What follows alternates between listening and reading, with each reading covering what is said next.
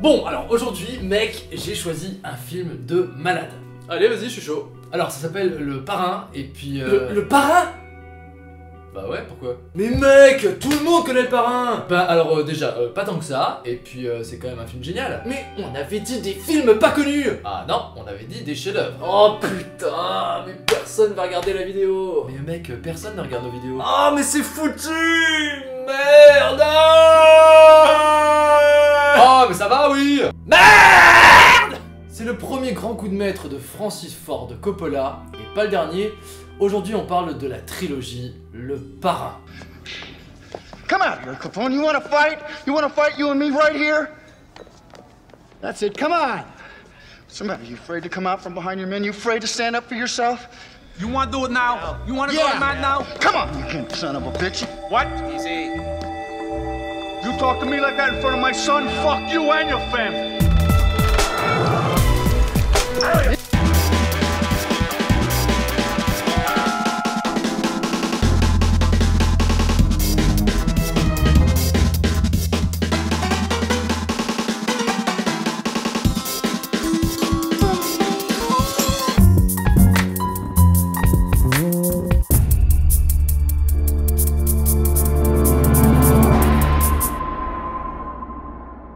Bonjour à tous, je m'appelle Lucas, bienvenue sur ma chaîne YouTube Écran Noir. Moi dans ma vie j'ai entendu assez rapidement parler de la trilogie du Parrain, mais j'ai mis énormément de temps à la voir. Et quand je l'ai vu, j'étais en première année de fac de cinéma. J'avais fait une option ciné au lycée, et dans ma classe il y avait ces deux mecs qui arrêtaient pas de s'habiller avec des chapeaux et des costards, et qui me rabâchaient un petit peu les oreilles avec les films de gangsters qu'ils adulaient. As far back as I can remember, I always wanted to be a gangster. Du coup ça m'a un petit peu freiné pour regarder ce film, parce que je croyais que ces mecs-là, tout ce qui les intéressait dans ce genre de film, c'était la figure du gangster, avec ses mauvais penchants, sa violence, ses vices. Mais c'est une image très atténuée de ce qu'est vraiment la trilogie Le Parrain. Et si je fais cette vidéo encore aujourd'hui, c'est parce que je pense que cette image un petit peu faussée, elle trotte encore dans pas mal de têtes. No, bullshit. I was already a mean little bastard while my mother was alive, and I know it. Bon, Le Parrain, c'est Marlon Brando, Al Pacino, voilà, c'est des figures de proue du film de mafia au cinéma. C'est difficile de croiser quelqu'un dans la rue, de lui en parler, et qui vous dise qu'il connaît pas ces grandes figures emblématiques, à côté de Scarface, voilà, Bonnie and Clyde. Tout ça, tous ces personnages, ils font déjà un petit peu partie de notre imaginaire commun. Mais même en connaissant de nom, je me demande quand même combien de personnes dans la jeune génération ont vraiment vu Le Parrain. Parce que Le Parrain, et je m'en suis rendu compte bien tard en le voyant, c'est bien plus que la figure du gangster emblématique. C'est surtout un chef-d'œuvre cinématographique ultime, c'est le boss final du movie game. Pour moi, Le Parrain, c'est vraiment le spectacle total. Quand je parle de spectacle total, c'est pas dans le sens où vous allez vous en prendre plein les yeux à un rythme effréné. Non, c'est vraiment dans le sens un petit peu de l'opéra. C'est une espèce de melting pot artistique qui va réunir différentes techniques et qui, imbriquées ensemble, vont créer un pur chef-d'œuvre. Et Le Parrain, c'est un melting pot de décisions artistiques de génie. C'est une pure merveille à tous les niveaux du cinéma, du jeu des acteurs à la mise en scène, du travail de la lumière à celui des images. Ça donne le vertige tellement ce film vous entraîne dans un autre univers.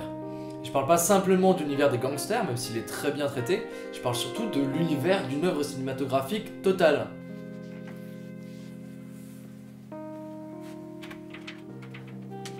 Le Parrain, c'est donc une trilogie de films réalisés par Francis Ford Coppola et dont la mise en scène a été étalée sur plus de 20 ans.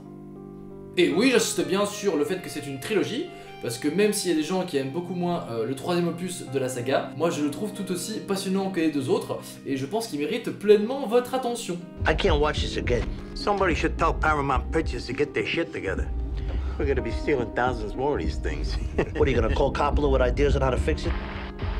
Le premier film a donc été réalisé en 1972, le deuxième en 1974, jusque là rien d'incroyable, et le troisième en 1996. Voilà. Donc des fois oui, on met un petit peu de temps avant de terminer une trilogie. Coppola, avant de réaliser Le Parrain, il avait déjà fait 8 films qui sont assez anecdotiques, mais il avait quand même déjà été récompensé d'un Oscar pour avoir co-scénarisé le film Patton. montrait déjà qu'il avait un petit peu de talent dans l'écriture. Mais à côté, il avait aussi créé un studio avec son très bon ami Steven Spielberg, qui leur avait permis de produire le premier film de George Lucas qui s'appelait THX. Mais là où ça devient rigolo, c'est que le film n'a pas du tout marché, voilà, il s'est un peu planté au box-office, et du coup, Coppola devait 400 000 $ à la Warner. Donc il était un petit peu dans la merde, et donc il s'est dit, tiens, je vais accepter, pas le choix, un film de commande de la Paramount. I'm gonna make him an offer he can't refuse.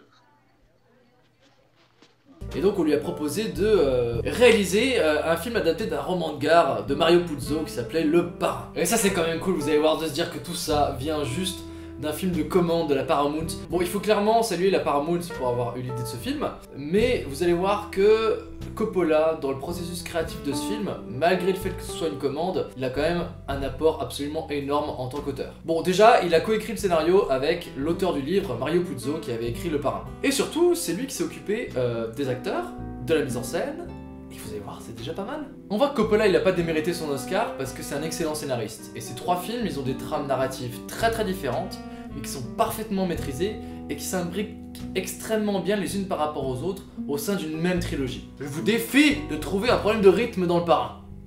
Il n'y en a pas. Le Parrain, c'est l'histoire d'une famille mafieuse italo-américaine de New York, dirigée par un patriarche vieillissant, interprété par Marlon Brando, et dont l'un des fils, qui n'était absolument pas destiné à intégrer la mafia, va prendre la tête de la famille par la force des événements et par un talent naturel à interagir dans ce milieu.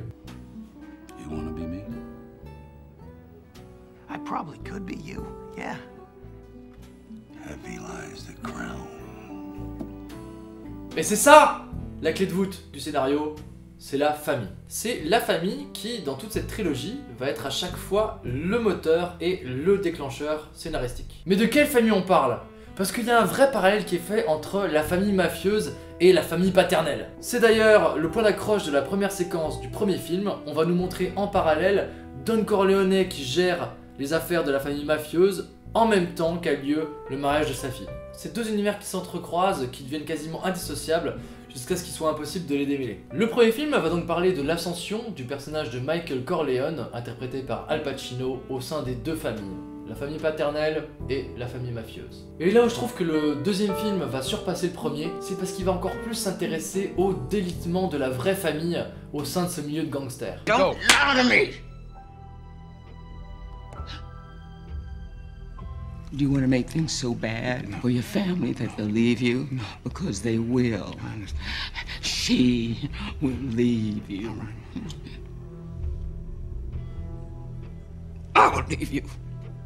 Il y a une noirceur dans ce deuxième film, une espèce de constat extrêmement triste qui va vraiment contraster avec le premier.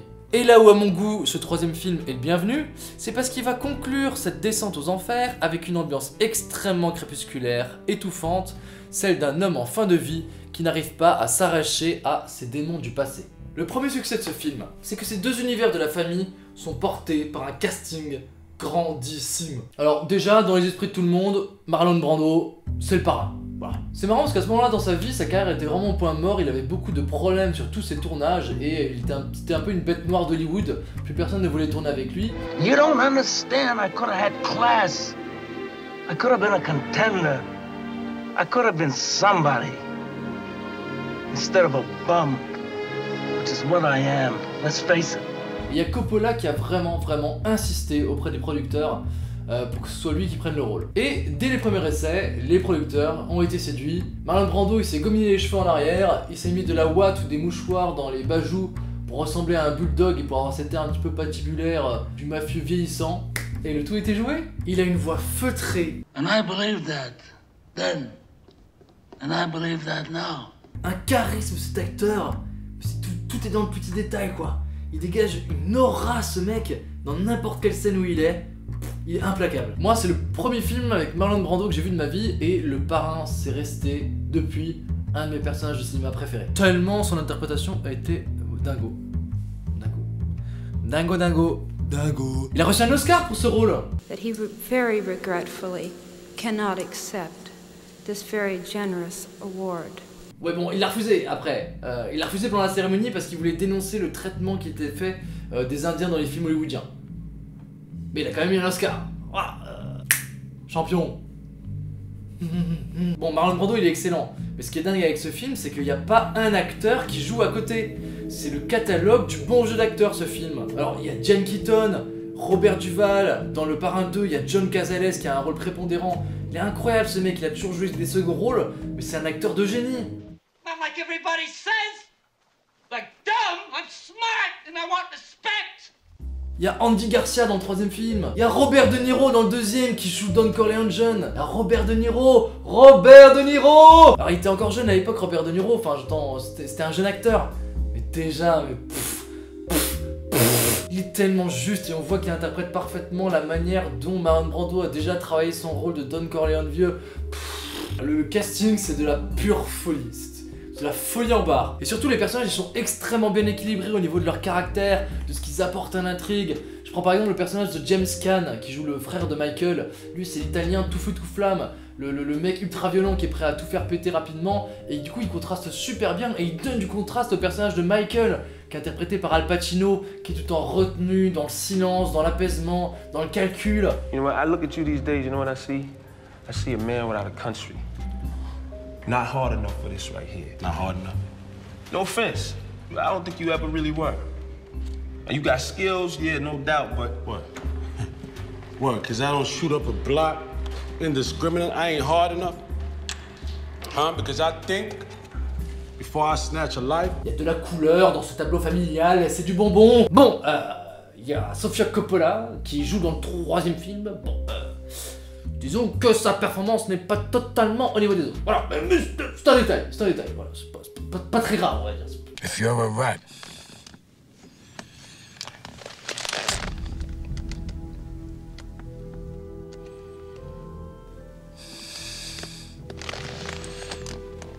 a rat, then I'm the biggest fucking mutt in the history of the mafia. Mais du coup, ce qui est marrant, c'est que je vous disais que le film parle quand même de la famille. Et Coppola, il a fait jouer quasiment toute sa famille dans ce film. Il y a Talia Shire qui joue la sœur de Michael Corleone. Et il y a Sofia Coppola qui du coup a un rôle dans les trois films. Dans le premier, elle joue un bébé lors du baptême. Dans le deuxième film, elle joue un enfant qui émigre aux États-Unis, qui est sur le bateau que prennent les Corleone pour aller aux USA. Et bah dans le troisième film, elle joue la fille de Michael Corleone. La famille. You spend time with your family? Sure I do. Good. Because a man who doesn't spend time with his family can never be a real man.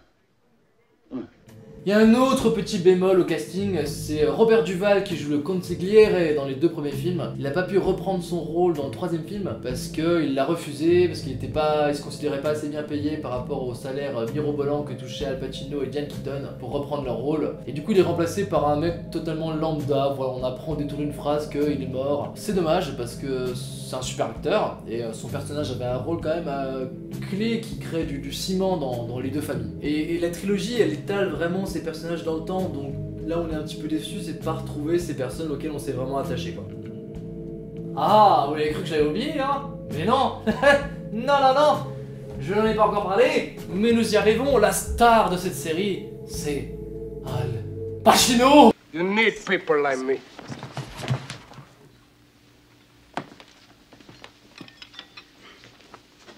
You need people like me so you can point your fucking fingers and say that's the bad guy. Bon, tout ce beau monde, Al Pacino, Robert De Niro, Marlon Brando, John Cazale et puis plein d'autres, ils viennent du même groupe de travail qui s'appelle l'Actor Studio. C'est un groupe qui avait créé une méthode inventée et développée par Lee Strasberg qui s'inspirait de Stanislavski, pour ceux qui se connaissent un peu en théâtre, voilà, et qui visait en fait à plonger les acteurs dans l'état émotionnel des personnages qu'ils interprétaient. Et c'est grâce à cette méthode que au théâtre ou à l'image, les acteurs pensaient pouvoir vraiment retranscrire quelque chose de vrai, qui allait transpercer l'écran. Et donc Al Pacino il est complètement dans cette optique-là d'interpréter vraiment au plus près son personnage. Ce qui est génial dans le premier film, c'est de voir qu'au départ il a presque un rôle secondaire et petit à petit, au fur et à mesure où son personnage évolue, on va le voir prendre la vedette et devenir clairement le personnage principal de l'intrigue. I'll make him an offer he can't refuse. Du coup, Al Pacino, il aura vraiment la part belle dans le deuxième et le troisième opus de la trilogie, où il aura vraiment l'occasion de dégager des choses absolument incroyables dans des scènes extrêmement fortes. Just when I thought I was out, they pulled me back in. Ces performances d'acteurs, elles vont être sublimées par un travail de la lumière sur les trois opus du film, que vous ne verrez nulle part ailleurs. En tout cas, pas ici. C'est Gordon Willis qui était directeur de la photographie sur les 3 opus. C'était vraiment un pionnier à son époque. Il a réussi à créer une ambiance lumineuse unique, extrêmement sombre et en même temps absolument sublime. Le milieu de la mafia est plongé dans une teinte orangée et obscure, avec des lignes d'ombre marquées qui laissent les moitiés de visage dans les ténèbres pour souligner la duplicité de certains personnages. Et ce travail ingénieux de la lumière, il sert également à mettre en parallèle le monde de l'ombre des gangsters avec le monde de la famille Corleone. Et quand on revient sur la première scène du film, la scène de mariage où on nous montre en parallèle la vie des Corleone et la vie de la mafia, on a d'un côté le cabinet feutré du parrain, où l'ambiance est lourde, calme, et il y a cette lumière sombre et orangée qui crée une espèce de cocon sournois. Et d'un coup, on rebascule brusquement dans la vie intense et pleine de lumière du mariage. Il y a vraiment une ambiance presque palpable qui se dégage de ce film uniquement par le travail de la lumière. Et je vous dis ça parce que cette lumière, elle crée vraiment un univers qui vous immerge. Ça vous habite pendant toute la trilogie. Vous êtes dans une bulle d'ambiance qui ne vous rappellera qu'un seul film, Le Parrain. Ce qui m'a toujours fasciné dans les films, c'est que l'ambiance est due à plein de choses. Mais surtout que les réalisateurs, ils arrivent à créer une osmose entre les différents éléments qui composent leur film pour créer cette ambiance. Et c'est exactement ce qu'a fait le compositeur Nino Rota avec cette musique quand même très connue. Dès les premiers accords, je pense que tout le monde reconnaît la musique du Parrain. Cette musique, elle est belle, elle est empreinte de sonorité italienne, elle est mélancolique, elle va parfaitement avec ce côté un petit peu nostalgique de ce qu'a été la vie de Don Corleone. C'est un tout en fait. Et c'est pour ça que je parle de spectacle total, c'est parce que tout ce que vous avez à l'écran vous crie que vous êtes en train de regarder quelque chose d'intelligent et de nouveau. C'est une claque artistique à tous les niveaux, et c'est cette toile d'araignée complexe qui donne vraiment son charme à la trilogie du Parrain. Et donc avec tous ces acteurs de talent, ce travail sur la lumière énigmatique, cette musique qui est emblématique, Coppola il s'est créé une cour de récré pour sa mise en scène absolument parfaite. I pick. You're Mr. Pink. How about if I'm Mr. Purple? I mean, that sounds good to me. I'll be Mr. Purple. Who cares what your name is? Yeah, that's easy for you to say. You're Mr. White. You have a cool sounding name. All right, look, if it's no big deal to be Mr. Pink, you want to trade? Hey, nobody's trading with anybody. This ain't a goddamn fucking city council meeting, you know. Dans chaque épisode de nos plus grands films, j'aime bien vous parler de ma scène préférée. Mais là, c'est impossible. Parce qu'il n'y a pas une scène qui est au-dessus de l'autre. Vraiment, enfin, tout est parfait dans le Parrain. C'est avec ce film qu'on découvre que Coppola, c'est un génie de la mise en scène. Parce que chaque scène a une manière nouvelle de proposer une lecture du film, une lecture de la tension, en laissant la part belle à ses acteurs quand ils sont lancés dans une scène ou en roue libre, mais surtout en usant absolument de tous les détails de la grammaire cinématographique. Par exemple, dans cette scène de grande tension, il va jouer sur la montée crescendo répétée d'un son de train sifflant pour exprimer à l'écran les tourments qui habitent la tête du personnage de Michael.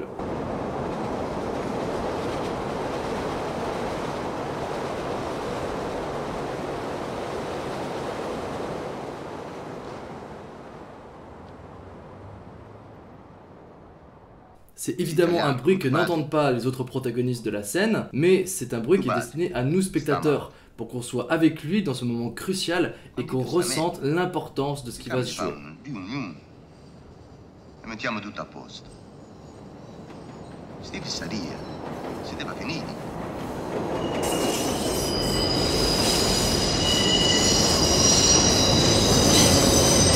On ne cherche pas à être proche de la réalité, mais on cherche à faire ressentir quelque chose au spectateur. Le cinéma, ça ne cherche pas du tout à s'approcher de la réalité de ce qu'on montre. Mais ça va permettre, avec des artifices comme ça et des techniques comme ça, de s'approcher de la vérité de la scène. C'est comme dans cette scène incroyable du Parrain 3, où ne pouvant vraiment exprimer la douleur que ressent le personnage de Michael, le metteur en scène coupe le son de sa voix, alors qu'il est en train de hurler, avant de nous replonger brutalement dedans.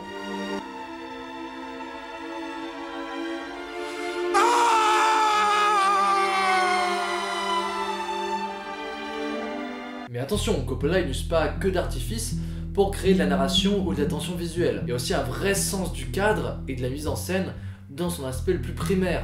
Qu'est-ce que raconte mon image? Prenez par exemple aussi cette scène que j'adore. C'est aussi une scène avec beaucoup de tension parce que le personnage Don Corleone avec son ami Clemenza sont en train de cambrioler un appartement luxueux et il y a un policier qui débarque. Dans cette scène où on pense que le policier va se prendre une balle dans la tête s'il rentre dans l'appartement, le choix du cadre est vraiment primordial. Je sais pas si vous avez remarqué, mais dans cette scène, le cadre laisse un espace énorme, vide, devant la porte. c'est un espace que pourrait occuper le corps du policier lorsqu'il se prendra une balle dans la tête. Et dans cette scène complètement muette, juste de laisser ce grand espace vide devant la porte, ça annonce tout de suite la tension de la scène et le destin funeste qui risque de s'y jouer. Et c'est brillant, parce que généralement dans ce genre de scène de tension, on va se contenter d'un gros plan, ou d'un très très gros plan, qui va nous montrer de manière assez primaire ce qui joue dans la scène. Attention, pampan dans la tête, gros pampan, tu vas mourir. And I want you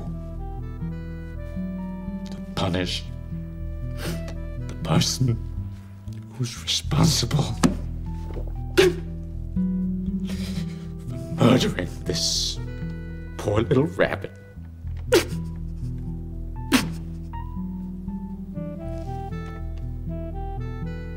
Is that understood?